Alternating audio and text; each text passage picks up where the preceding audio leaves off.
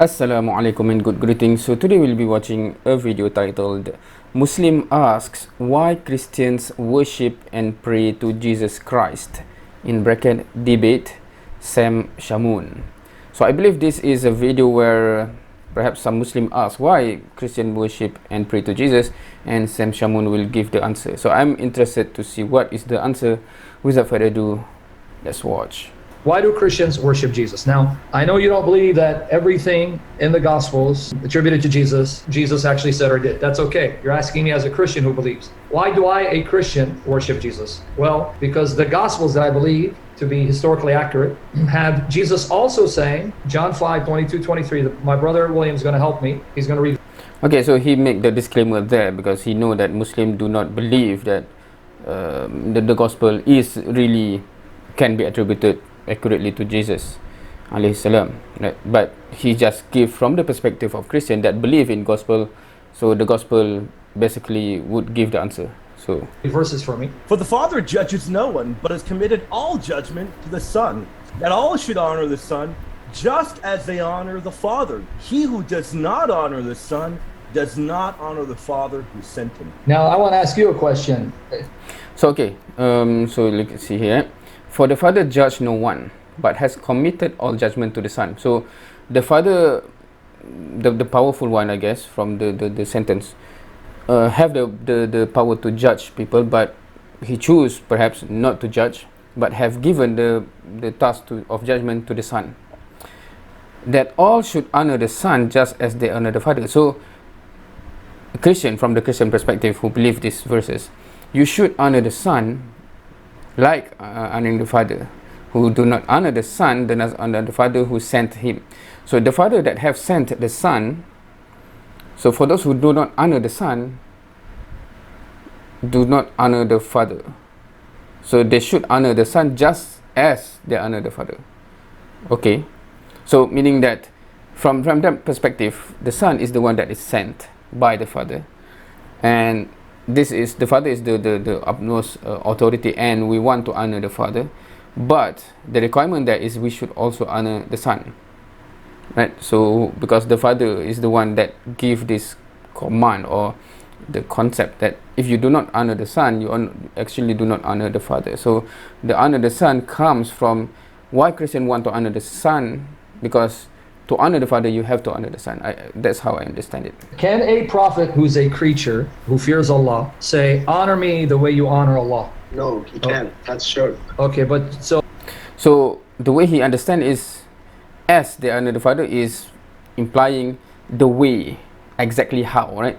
Not just like you honor the Father, you also honor the Son. Not just that. I think the way he understands this is not just like you honor, but more of technically how you honor the Father, you should also honor the Son in the exact same way. Hence his argument about a prophet would never say that. And yes, a prophet would not say that just like you worship the Father, for example, that just like you worship God, you have to worship me, or in the exact way you honor Allah, you should honor me in that exact same way. A prophet would not say that. But of course, just as here, I think, I'm not sure what's the original language, because just reading it as such, my question is, does it actually mean that, or is mean on more of just like, I mean, not in technical way, but as you are honored one, you should honor the other as well.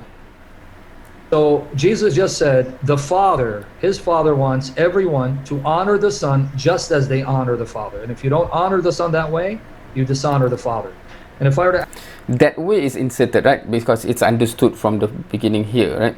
Because who do not honor the Son does not honor the Father. It doesn't say who does not honor the Son in the exact way honoring the Father, right? That's imposed, but based on the understanding here, I would guess. But my question is, how do you understand that precisely? Meaning, how you definitively understand it as such, and make sure that it's not a misunderstanding. Ask you a related question. How do you honor Allah? Would you tell me, well, I honor Allah because I pray to Allah, right? That's right. And you bow down only to Allah, right? That's right. And you love Allah more than anything and anyone, even more than your nafs, your soul. Yeah. Okay. And you Honor Allah. What's honor in Arabic? Because I'm trying to, because there's a concept, right? Meaning that if you were to, how do you worship Allah subhanahu wa ta'ala? How do you honor Allah subhanahu wa ta'ala? How do you, is that the exact same thing, or it can be different conversation? I'm trying to think. Because honor, for example, perhaps first thing come to mind is like, do not use the name in bad way, right? Do not curse the name, for example, right? That's honor, right? What is that? Does honor directly mean worship as well? That's interesting. But he want to impose that direct correlation, I guess, because it leads to his answer, right? You're willing to die for Allah. Obviously, that's how you honor. And that's not an honor Yes. you can give to any creature, right? You can't give that honor to anyone. Yeah, that's right. So Jesus said, the way you honor the Father is the same exact way you must honor me. And So yeah, that's imposed on the verse. I'm just mentioned just to say that how he say it and how I understand the verse is also different here. But of course, maybe he have some, there's other scripture that explain this to mean that way. I don't know, but I'm just saying, just from here, the conclusion is not convincing yet, until the supplementary evidence is provided. speaking of prayer, here's what Jesus says in John 14, verses 13 and 14. And whatever you ask in my name, that I will Where is it? Oh yeah. do, that I will do, that the Father may be glorified in the Son. If you ask anything in my name, I will do it. So Jesus So, and whatever you ask in my name, this my is Jesus, is it? Okay, I say to you and my Father. Okay, my Father. So meaning this is Jesus speaking, right? And whatever you ask in my name, that I will do, that the Father may be glorified in the Son. I'm not sure I understand this verse. If you ask anything in my name, I will do it. I don't understand the context. I'm not sure. The word I will do also, and the greater works than they will do, because I go to my Father. And whatever you ask my name, that I will do, that my Father will glorify the Son. So I'm not sure I will do it. Is it like human to human conversation or what? I don't know. Jesus just told the disciples, when he returns to the Father, you can ask in his name and he will do it from heaven. He will do it. But it's not just him, because we're Trinitarian. From heaven, where is it? That's imposed, right? The Father with the Son and the Holy Spirit will answer prayer. Can a God-fearing prophet who fears Allah say that once I go to heaven, you ask in my name and I will do it for you? Where is I go to heaven? Most assured, I say to you who believe in me, the works that I will do, he will do also. He meaning the believer, right? And greater works than this he will do, because I go. Okay. He who believes in me, meaning anyone who believes in me, what I do, he will do also. So he's talking about, for example, if from a Muslim, he's prophet, right? So he is doing da'wah. He's spreading the message. What I do, anyone who believes in me will do as well. Fine, no problem. And greater works than this he will do, meaning even greater works he will also do, because I go to my Father. Okay, I'm not sure what is the connection there, because what is this italic, I don't know as well. But just reading here is about the believer will do what I do and even more greater works, meaning I don't know, jihad, da'wah, etc., right, from my perspective. And whatever you ask in my name, that I will do. So because following what was mentioned in the previous verse, what I will do he will do, obviously we're talking about in this world, right? So for me, if I read in context, I will relate this to the previous verse. I'm not sure what he meant about what I will do in heaven. I don't know why. That the Father may be glorified in the Son. So that the Father may be glorified in the Son. So because I'm doing, I don't know, spreading the message, etc., that the Father will be glorified, I guess. If you ask anything in my name, I will do it. So how does this relate? Because this whole phrases, right? I cannot really connect. I don't know if you talk if the verse 11 have explanation, because verse 12 is about this worldly life, and I don't know how is it suddenly shifted towards what Jesus will do in heaven and go to Father. Where's the go to Father? Because I go to my Father. I'm not sure what's the, because this is English translation, that what this imply in the original language. Yeah.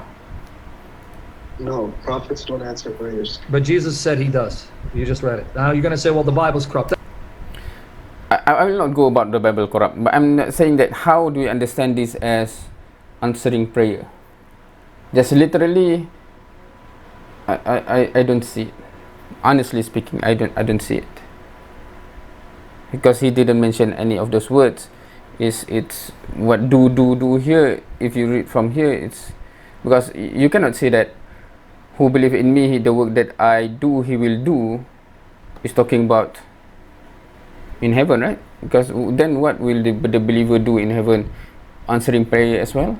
That's okay. But my point is, you see why that same Gospel of John that you quoted to me, same Gospel of John, if I don't just take verse 3, but I read it in context, Jesus has already told me before we get to John 17 that the Father wants everyone to give Jesus the same honor that the Father receives because he's his beloved Son. And as the Son, once he's in heaven, he will answer prayers. Those who ask in his name, he will do it from heaven. Okay, so interestingly, from his answer, both verses that is cited didn't even manage to convince me. Even if I believe in that this verse literally, it doesn't even convince me of Jesus answering prayer.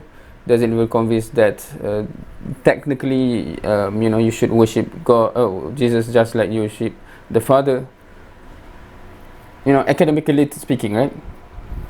So that's why. But one more, and then we go back to John 17. In John 9, 35 to 38, he heals a blind man, which the Quran agrees Jesus could do. The Quran agrees that Jesus can heal blind people. But after he heals the blind man, and the blind Which verse is this? man is standing before Jesus, what does Jesus say? Jesus heard that they had cast him out, and when he had found him, he said to him, "Do you believe in the Son of God?" He answered and said, "Who is he, Lord, that I may believe in him?" And Jesus said to him, "You have both seen him, and it is he who is talking with you." Then he said, "Lord, I believe." And he worshipped him.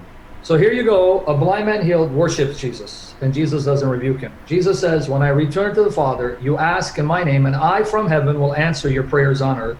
And then Jesus says in this gospel, you must give me the Son the same honor you give the Father. So now you wonder why Christians worship the Son? Okay, so I'll have to read this one. Because the two verses just now, as mentioned, what about this one? Jesus said that they have cast him out, and when he found him, he said to him, "Do you believe in the Son of God?" Okay, what is this? I don't understand this. Okay, so do you believe in the Son of God? All right. So if because Son of God is mentioned in the Bible many times in different contexts, etc. So if you take from that context, meaning that Jesus is truly the believer of God, and the one that carry the mission of God, etc. He answered and said, "Who is he?" Of course, the capital letter here is quite interesting because, that's English, right? And you impose the capital letter based on the understanding. Of course, I understand that. Who is he, Lord, that I may believe in him? So, Lord here, of course, do not really, it's not Lord. It's maybe Lord human, right? Because otherwise, he wouldn't use Lord here before this one, because some people say Lord. I believe Lord in itself indicates that you are the Lord God. But if that is the case, this doesn't make sense. Who is he, Lord, that I may believe in him?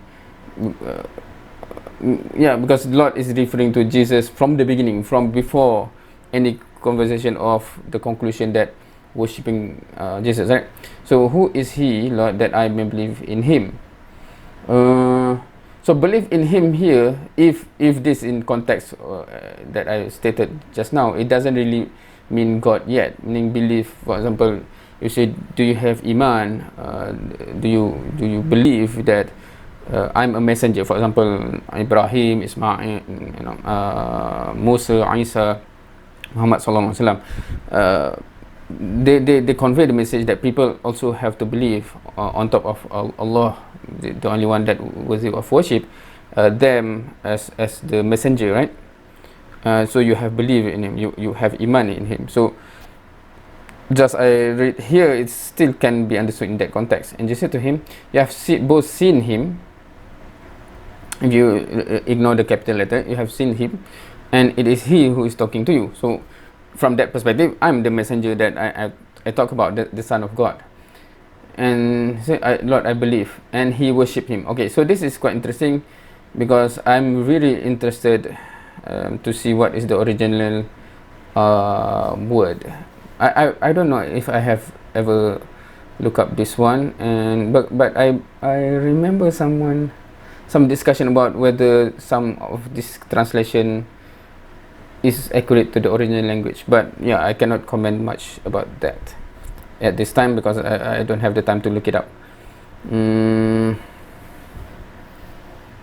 Alright. Yep.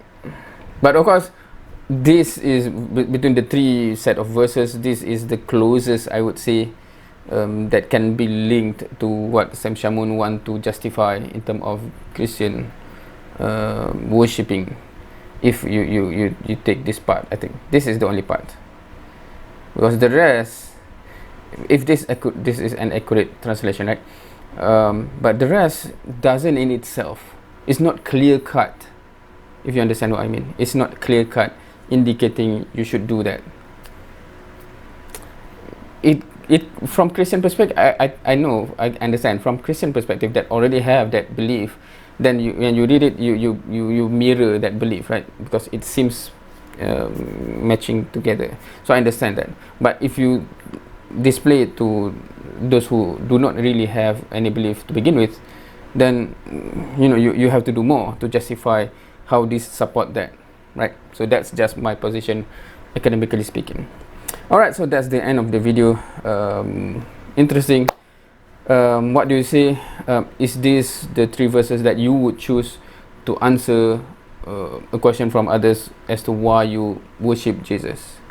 I'm interested to know whether Sam Shamoun's selection of the three verses would be the same selection as yours, or you think you have a better verses that have bigger impact and more direct connection with actually worshipping Jesus. Feel free to comment. Thank you for watching. See you next time.